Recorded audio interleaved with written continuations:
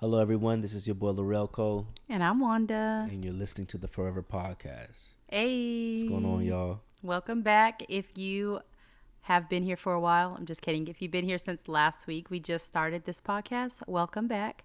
And if this is your first time watching, hey, welcome to the family. We already love you. And now, subscribe if you are on YouTube. Make sure that you hit that notification on podcasts. Also, subscribe. That's what they can do, right? Right, subscribe, hit the notification bell so that you can get the Downloads. like the notification that we're going to be on. Yeah, leave a review. We try to post every Friday, so Yes, you know. Anyways, how's your week going? it's going well. How about yours? It's going okay. I've been having hair drama all week, so you know, it's taken a lot of my time. Yeah. It's been like a distraction, honestly, if I'm being honest with you. Because on day one, it took me like 5 to 6 hours to get it done, and then basically it was done like kind of ashy, kind of dusty, like more whitish. And so then I went back and we got golden. So that was another 2 hours today. So Okay, that looks good. thank you. I'm glad you got it done.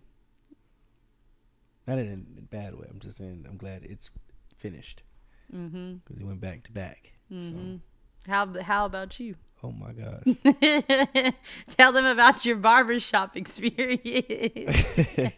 It was good. I went to this new guy, and it was cool. One of my guys, I was getting my hair cut before.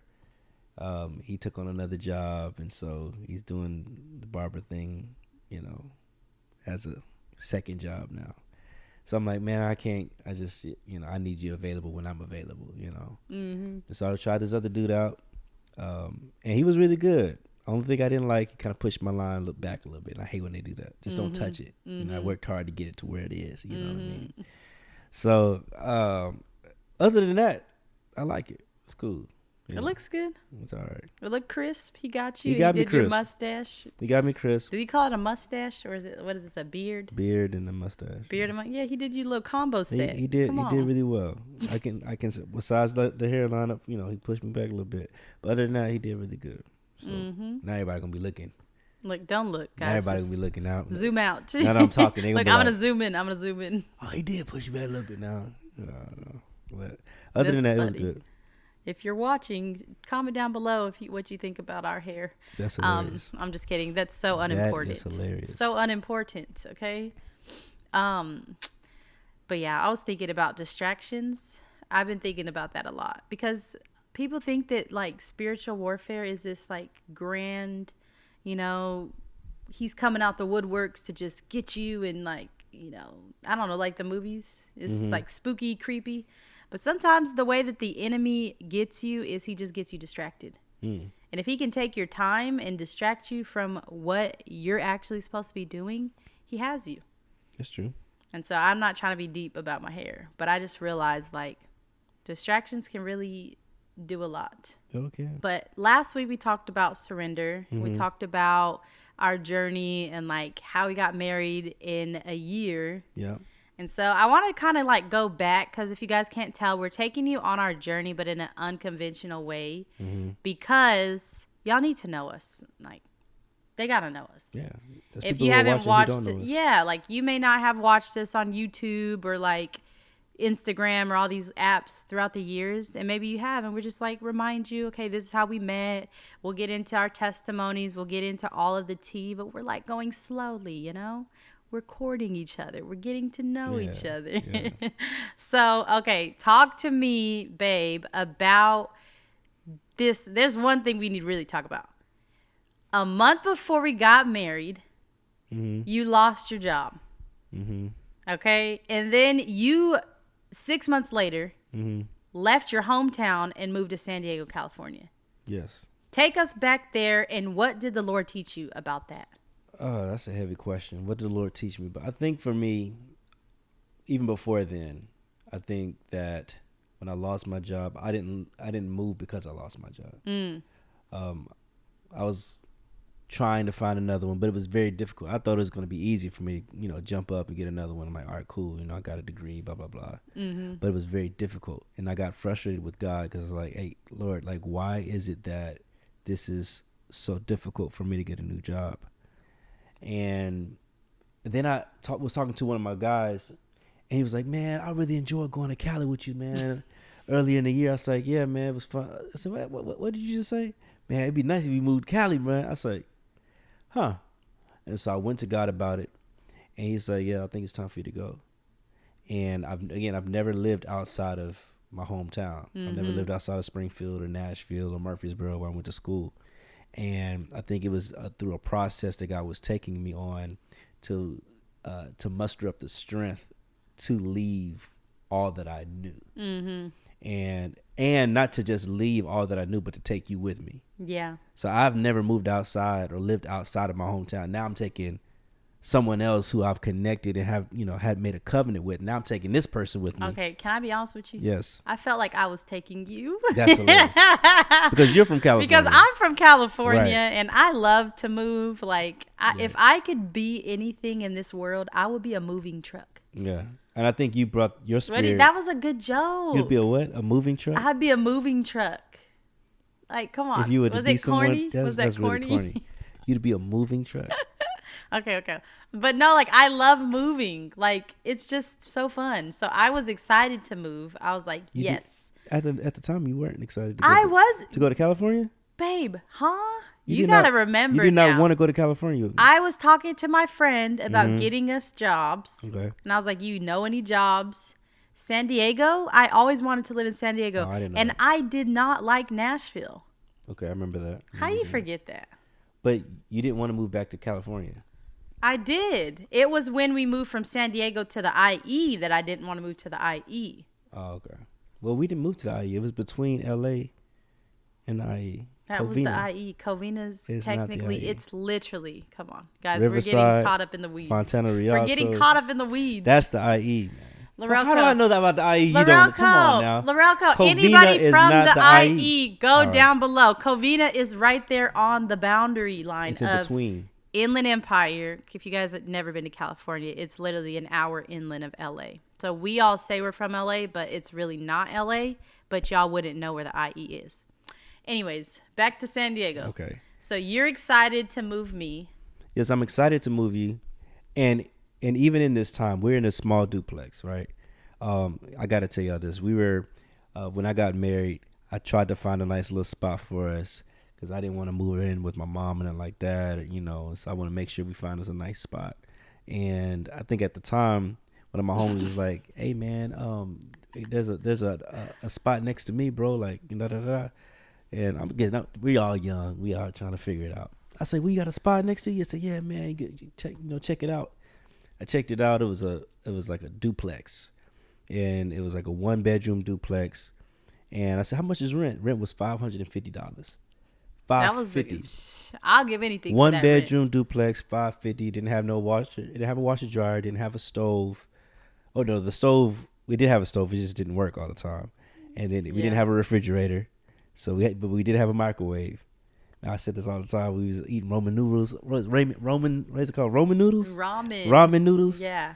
And we ate so much ramen noodles that our lips will always get white because of the sodium.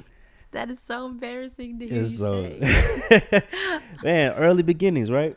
And so I'm in this duplex, and I'm like, we got everything set in our little duplex, and God was just telling me I need to go. I was like, man, there's got to be another life better than what I'm living right now. This is early beginnings. I really don't want my wife. Okay, but talk to me about how your identity shifted. Or I don't know, was there an attack on your identity and your feelings of being a provider because you lost your job so quickly and then we were struggling in the beginning? Were you ever hard on yourself internally? I know I didn't care for real because I didn't really come from much. So I was like, this is nothing. We at least have a roof over our head. Yeah. But did you ever feel like less than as a man because you lost your job and because you couldn't give me the life that I wanted initially? Yeah, absolutely. I felt that because I think I feel like in every man's DNA, they want to provide. Mm-hmm. They want to be the man that provides for his wife financially, to provide provision, give provisional support. And so when I wasn't able to do that, that kind of threw a wrench in my plans. Because up until that point, I could, I could take you to Disney World. I could take, we could do whatever.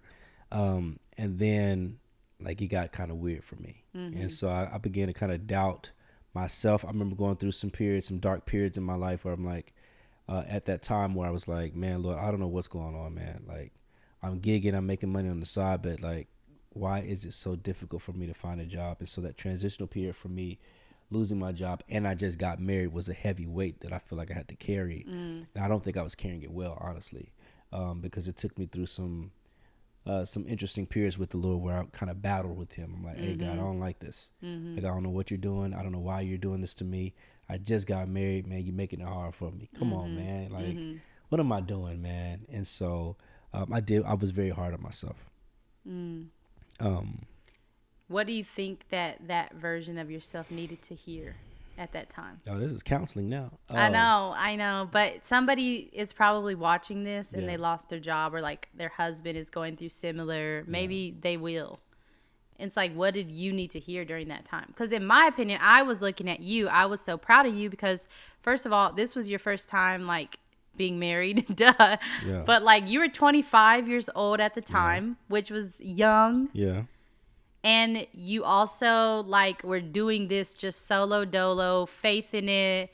You had so much opposition. You didn't have, like, a lot of people that you could really, like, glean from during that time, because you were doing something that had never really been done. Right. And to me, even though you were wrestling with the Lord, you were still like, nah, it's going to work out. No matter what. Like, something's got to give. It's going to work out. Like, you did not lose your faith. You did get, frustrated, and I'm sure you were battling a lot mentally. But, like, I would look back at 25-year-old Lo and be like, oh, my gosh, you did amazing. With what you had, bro. Like, you did amazing. You did good. Like, because, by the way, y'all may not know this about him, but he's a bass player. So he was, like, going to, like, different bass gigs. And, like, we was in Kentucky. We were in all types of different small churches and jazz clubs. And anytime someone called him and said, hey, bro, you trying to play the bass? He was in there. He was making sure he got his money. Yeah. And, I was working at Planet Fitness. So... yeah. You don't really need to do a lot to make $550. No. So, I mean, I feel like it gave you grit. It gave me grit. It definitely made me hustle. It made me to rely on God heavily. And I think that for any man who's going through a loss or a layoff, going through a loss of a job, I think it's going to develop your character. I think any loss develops character. It shows you what you're made of. And I think that I had to make a decision. Am I going to continue in this wallow of myself and woe is me? Am I going to continue to suffer, or am I going to get up and do something about it? I had to be obedient to what God was telling me, and God was saying, move. I was like, at the time, I'm like, no, I don't know how to do that, because I've never done that before. And he said, move. And I said, well, how are we going to do that? And then God began to start making plans. All of a sudden, your friend was like, yeah, there's a job opening in San Diego. I'm like, oh, okay, cool. I can get that one. And all of a sudden we got the job. So I was like, oh. And so, but I had to be open to the possibility of taking a risk and doing something that's outside of what I thought was supposed to work for me. I feel like for any person, man or woman, if you find yourself stuck in a place because you've lost something, you got to ask God, okay, where are you going to take me now? Like, what's the next place for me? Because apparently this isn't working. So you can't keep beating a dead horse.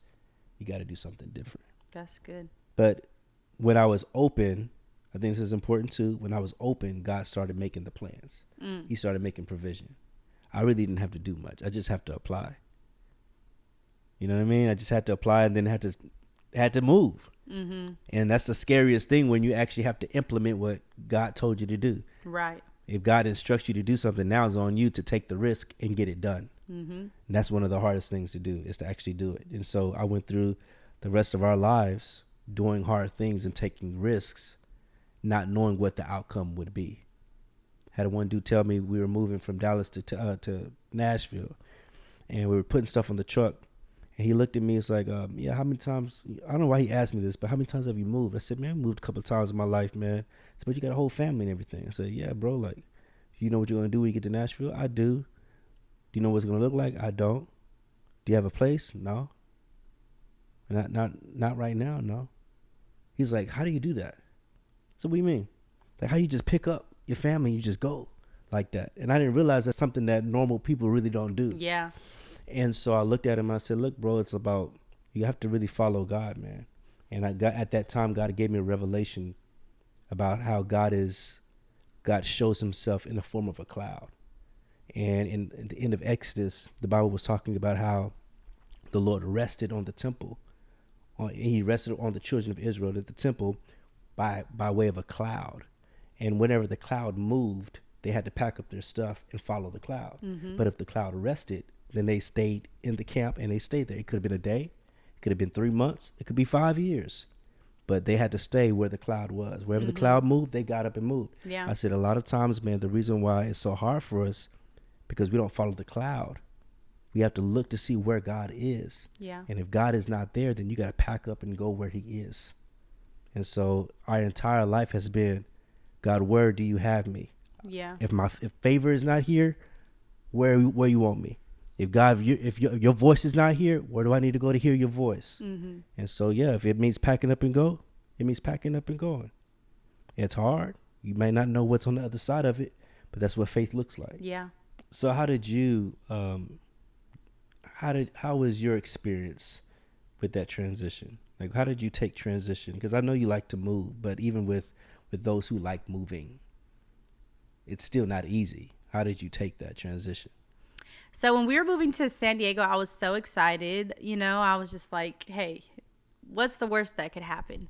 But I think for me, over time, it was easier for me to move than it was for me to stay places. Mm-hmm. And I had to start questioning that. Like, why are you always wanting to move? Mm. You know, what are you running from? What are you running to? Ask you that question. Yeah. Yeah. And so I think that like during that time, I was not settling into Nashville really well. And I didn't feel like I had my people. I didn't feel like I had my friends. I was like, oh, this is easy. Like, this is just a new opportunity and a new chance for me to like find new friends and find new community and all of that. Yeah. So I was 21 at the time. Mm-hmm. And so I was just ready to go, to be honest. And I was on the first thing smoking. Mm-hmm. So yeah, when we were driving, I was excited.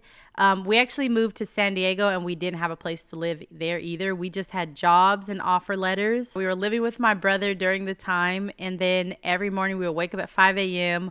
We'll go down from Orange County to San Diego, which is like an hour and 15 minutes there and back. So every day we drove like almost 3 hours a day, just getting to work and back. And it was fun. I just felt like we had so much energy. We had so much faith. We had so much stamina. And we were just excited to be working at this job. Turned out the job was a little, it wasn't all that we thought it was going to be. It wasn't all that it was cracked up to be, but it built our character.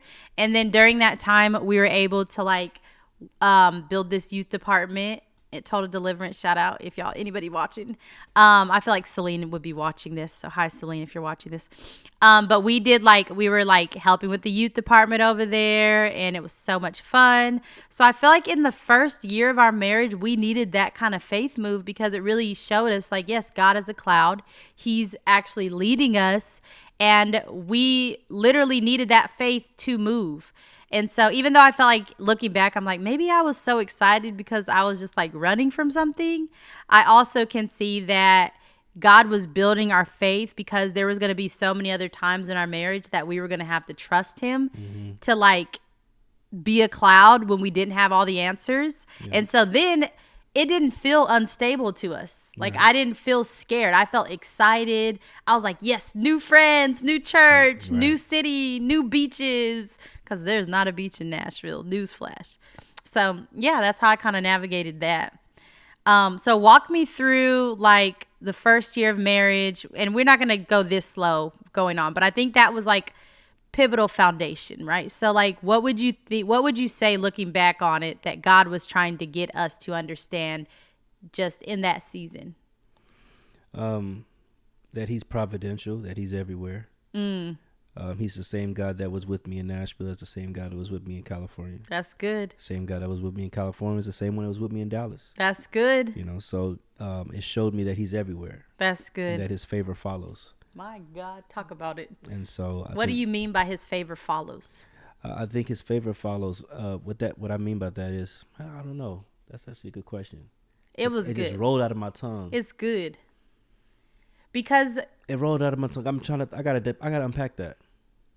I feel like what I took from that immediately, that's what I was like, oh, I gotta hear this, because I think about the favor that followed us, like no matter what. And all of these places, like when we went from San Diego, we went to LA, then we went from LA to Dallas, then we went from Dallas to Nashville. And every place, it's a new set of people, even Right. though they may know each other, New we may have environment. known them, but it's like to know that the same spirit is leading us each step of the Yeah. way and talking to us and using people in the same way. Right.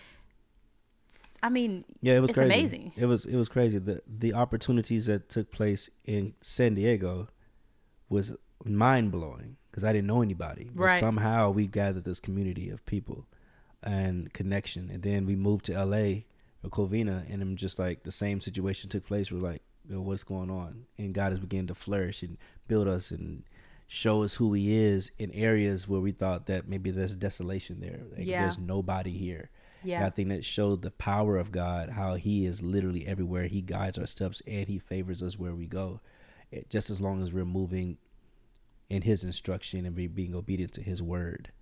And I think, yeah, go ahead. I think, like, as you're talking, going back to what we said earlier, like for me, for me, I wouldn't have agreed to move back to California had it not first been San Diego. And that's so good. for me, like when we first went to San Diego, it was like I was far enough for my family, and it was like 3-4 hours away. Mm-hmm. And so I didn't have to like deal with all of like the memories that I had growing up.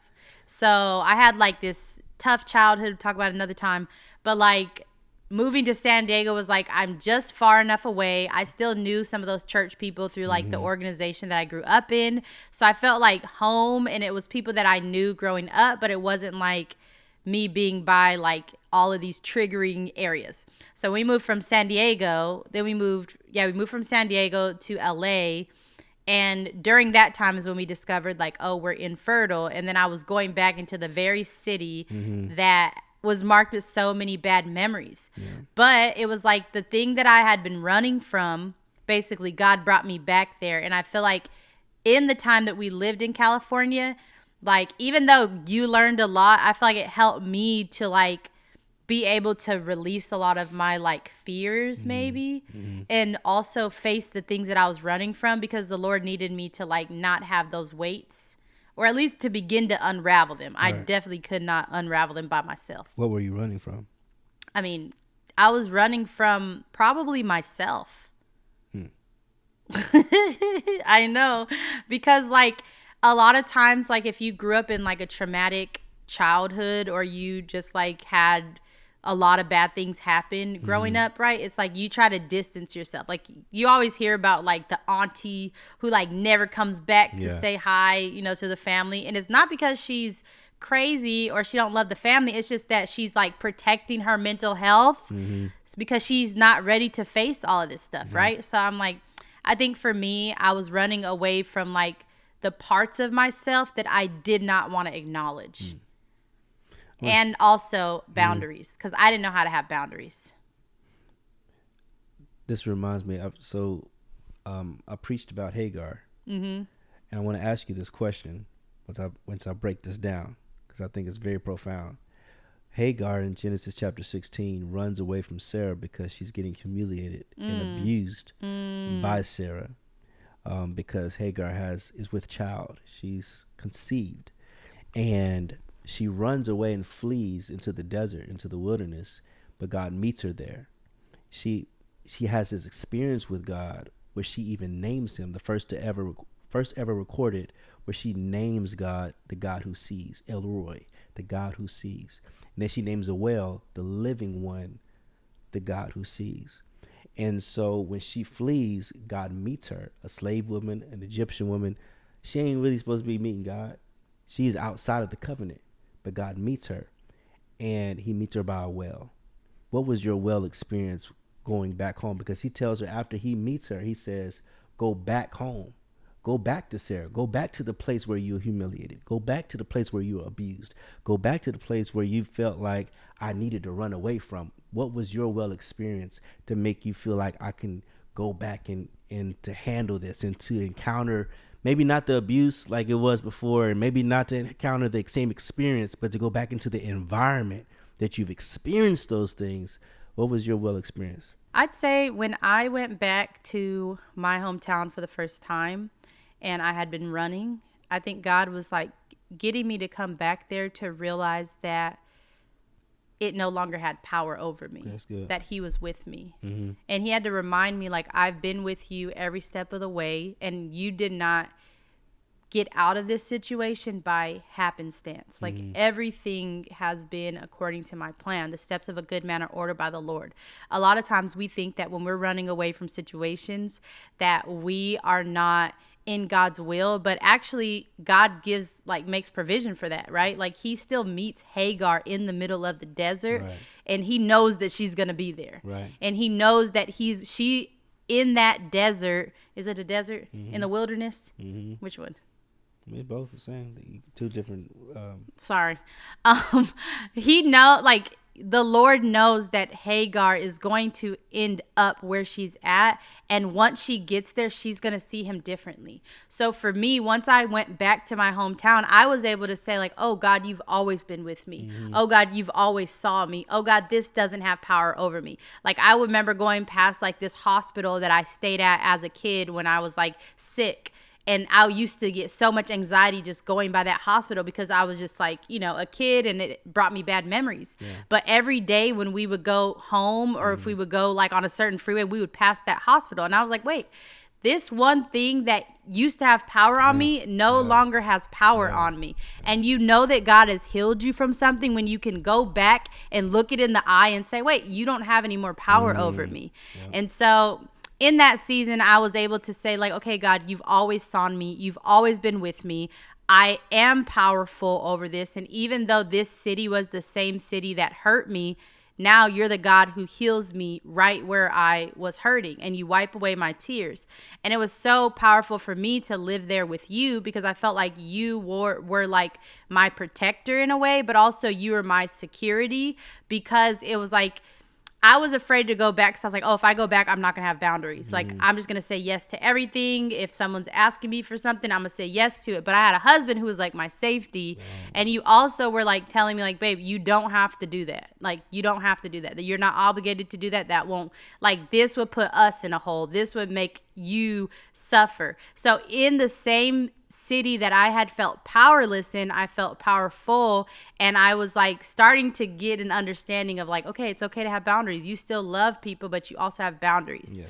And so I think it was interesting. So during that time, we were also dealing with infertility, and I think we should do like a whole separate conversation about infertility. But it was like, I feel like that was so much pain. But while I was feeling so much pain, I knew that the Lord was with me. Man, so when you're talking, I want to read the scripture because it's so good. Genesis 16, the Bible says, I'm going to read verse 10 and 11. Then the angel of the Lord said to her, I will greatly multiply your descendants so that they will be too many to count. He's talking about Hagar. The angel of the Lord continued, behold, you are with child, and you will bear a son, and you shall name him Ishmael, God hears, because the Lord has heard and paid attention to your persecution. He's paid attention to your suffering. Yeah, wow. And so he tells her what she's carrying, and he lets her know that he's been paying attention to your suffering. I've been paying attention to what you've been dealing with Sarah. God's been paying attention to what you've been dealing with in your past. And he's going to bless you based off of what he's paid attention to. So he's not a God who just sits there and looks at you, but he's a God that sits there with you and says, I've been paying attention. Yeah. So for everybody who's been in this situation where they feel like they got to go back home or go back to a place where they felt afflicted and they felt suffering and persecution, God says, I've been paying attention to you. I've been watching your suffering. And because I've been watching you, I'm going to name what you're pregnant with. I'm going to name God who hears. I'm going to give you something. I'm going to bless you. I'm going to take care of you. I'm going to see you. I'm going to meet you where you are because I've been paying attention. I think that's a message that a lot of people need to hear when they're in a situation where they got to go back to a place that, man, this is so heavy. This is so hard. This is so, I don't know why I'm here, why I got to deal with this, why I got to deal with these people. God's paying attention to you. Yeah. Like he sees you, man. Like you're not by yourself. You're not alone. He's in the fire with you. Yeah. You know what I mean? Yeah. And that's why Jesus came and died and got on a cross and bore our sins. Yeah. Because he's the God that suffers with us. Yes. And that's what I had to learn, because this entire time I'm thinking, okay, God is a God who just looks at me from afar off and just, you know, he feels bad for me. The biggest revelation that I've ever had in my life that has said, like, okay, God is real and I want to serve him, is literally that he's with me. Yeah. To know that he's with me, like, that's crazy to me. Like, God, the God that we all serve, the God that's overseas, the God that's in heavenly, seated in heavenly places, you know, I don't know his exact location, but like, all of the places that he is, everywhere. Matter of fact, that's his exact location, everywhere. He's also here. And he's also with me in suffering. Yeah. And for somebody who's suffered anything in life, for everybody, it's like to know that God is with you, to know that God pays attention to you. Yeah. That's like, it's everything for me, you know? And I think about us when we were 1 year into marriage, or every year of our life at this point, but like from the time that we got married to the time that you lost your job to the time that we moved to San Diego, it's like, oh God, you're with me. So when you said favor follows me, it's really like the Lord follows me because I follow him. Yeah. I'm following a cloud, so he's with me, so I'm always taken care of because he is providential and he's going to provide every single thing that I need. So as these young babes and this newlywed couple that moved across the country from Nashville to San Diego with no place to live, newsflash, we literally did that 6 months ago, by the way. Yeah. So like, we needed to do that then because God was like, at one point, I'm going to call you guys back to Nashville and I'm going to need you to access that same faith that you had back then to do it again. Yeah. And it's like, God always builds on things, but to know that he's with me is everything, because at the end of the day, it's like, I don't want to go anywhere that the Lord's not at. Yeah. So if you'll be with me, then I want to go. And there's this quote, I can't quote it exactly, but it's literally like, everybody be putting it in their bathroom. You know what I'm talking about? It's like a picture of like a beach and it's footprints in the sand. Yeah. And it's like, the Lord was with me, and you can see like 2 footprints in the sand. And then the man says, well, okay, I don't see your footprints anymore. And he said, oh no, that's where I was holding you. And that resonated with me since I was a kid, because I'm like, oh my gosh, like how many times did we look to the right and did we look to the left and we wanted God to be in the places that we wanted him to be in, but he's been holding us. Yeah. Hagar, it was significant for her because she thought God didn't see her. She thought she was being taken advantage of and she was being mistreated because she was overlooked by God. And God is like, the whole time I was right there with you, and I've been paying attention. Yes. And I have something for you. Yeah. And not that God always has something for you guys. Right. This ain't prosperity gospel. Right. but he always shows you what you're pregnant with. I always say there's a birthing before the birthing. He's always showing you what you have inside of you that he wants to bring out of you. And so I think that the birthing can be also symbolic, because a lot of times when we're running from something, most times we're holding on to something that's within that we don't know is there. And God has to pull that out. And I think that's important. When you said that there's a cloud, I think it's twofold. How we feel that God is carrying us, it's like it's twofold. It's like there's a cloud that's in front of us, like kind of with the children of Israel when they're in the wilderness. But when they came out of Egypt, there was a cloud by day and a pillar of fire by night. But now there's a hedge. Now I'm in between something that I'm walking and following God, but also there's a pillar of fire behind me that he's protecting me and shielding me from any darts of the enemy. Where I say favor follows, that's also a hedge of protection, that God is protecting me. He's allowing there to be a boundary between me and the enemy so that I don't get harmed, so that I follow his will. And that takes a lot of trust and a lot of will to believe God, to know that he got my back and I'm following the cloud at the same time. That's so good. That's how it feels like I'm being carried. That's what it feels like. Like somebody in front of me, somebody behind me, and I'm walking. It doesn't feel like I feel like I'm protected. I'm good. Now I'm just floating. I'm just floating. I'm just like, oh, I'm good, bro. I'm floating. Because I know somebody got my back, and I know that somebody got my front too. I ain't got to worry about anything. And I think that's the key, to know that God has our back. That he's like, you don't have to worry. He knows where you're fleeing to. He's meeting you there. Mm-hmm. And whatever is trying to chase you, he's got your back there too. And it's the reality of life, is that wherever you go, there's always going to be struggles. Sure. There's really always going to be shadows of the things that you've experienced in your past. There's always going to be, opposition. There's always going to be a closed door. Yeah. And if God never does another thing for me, I just want to know he's with me. Yeah. I just want to know that he's a cloud in front of me. I want to know that he's behind me. Yeah. I want to know that he's aware of the situation. Correct. That way, whatever he allows, I know that he allowed it. Yes. He may not have wanted it to happen. He may not have made it happen. He may not have even, he didn't invent it. He didn't want me to go through the things that I went through, but he allowed it. He allowed it. And so if God allows it, then I know God's character and I can trust him. Yes. And so, that's just like, what else do you want to talk about? I feel like we said so much that I want people to sit in that, because nowadays I know we're all going through something, and maybe we don't have all of the right words, and maybe y'all were not as entertained in this episode. Maybe you were. But what you need to know is that God is paying attention to you. Yes. He sees you. He sees you. He's real. He loves you so much. And trust him, man. Trust him. Like, it's not easy, like we can talk now and say, oh my gosh, when we moved to San Diego, I was so excited, but I'm sure I was anxious. Like, I just don't remember it, because I know that it worked out really well. Yes. But like, I'm sure I was anxious. Yeah. I'm sure I didn't know, like, we didn't know what would happen. No. We had doubt. We got these offer letters, and we had people saying, are y'all sure they gonna honor your job, job? We didn't know. We just packed up our whole life.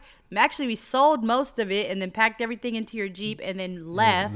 Drove 30 hours. And we were so tired every morning. We were eating McDonald's every morning. I gained like 20 pounds. That was the beginning of the end for me back then. So the season now, in retrospect, it looks so good, and it looks so fun. Too. We did. We lived real good. But we didn't know when we left Nashville and we were struggling to make rent at $550 that this was actually going to work out. Yeah. That we were actually going to find a place to live. Yeah. That we were going to thrive. We didn't know that. So I just want to speak to the person who is at the cusp. Like, God has told you to step out on faith. God has said, leave the place that you're familiar with and go. And you don't know what's on the other side of it. I just want to say that if God says he will be with you, go, because what's on the other side of it, one day you'll look back and you'll be so happy that you were obedient to God. There has never been a time in our life that we have been looking at a mountain and God has said, climb that mountain, and he has let us down. All right. Ever. There's never been a time. And we'll get into that so much more. But if you are looking at a situation that feels impossible, and behind you feels like an army, and in front of you is so unfamiliar, at least you know our little San Diego story. And you can say, you know what? If the Mulzacs made it to tell the story. With kids and without. It's possible for me. It's possible. Yeah. I mean, whatever it is that God may be telling you to lay down, whether it's your job, whether it's cutting hours, whether it's, paying more attention to your children, maybe it's spending time with your wife, or maybe it's cutting off a relationship, like whatever it is that God is calling you to do, be obedient to his word and trust that in that risk, if God's telling you to start a new job or start a business or whatever, trust that he's going to take care of you, and follow the cloud, follow where favor is, because favor is also following you. You know what I mean? And so just trust God in that, man. And transitions are never easy, man. And I think that, again, that's going to be a whole nother episode of me talking about what I learned from when you were in labor. about transitions. Transitions are never never easy. They're very difficult. It's actually the peak of your pain is transition. Because on the other side of transition is a birth. Don't get me started. That's a whole nother thing, y'all. On the other side of transition is the peak pain. Yeah. Oh my gosh, because one thing has to die for another thing to live. Yeah. I watched the podcast, and I'm going to let y'all go after I say this. But we talk a lot about kingdoms, and we talk a lot about royalty, right?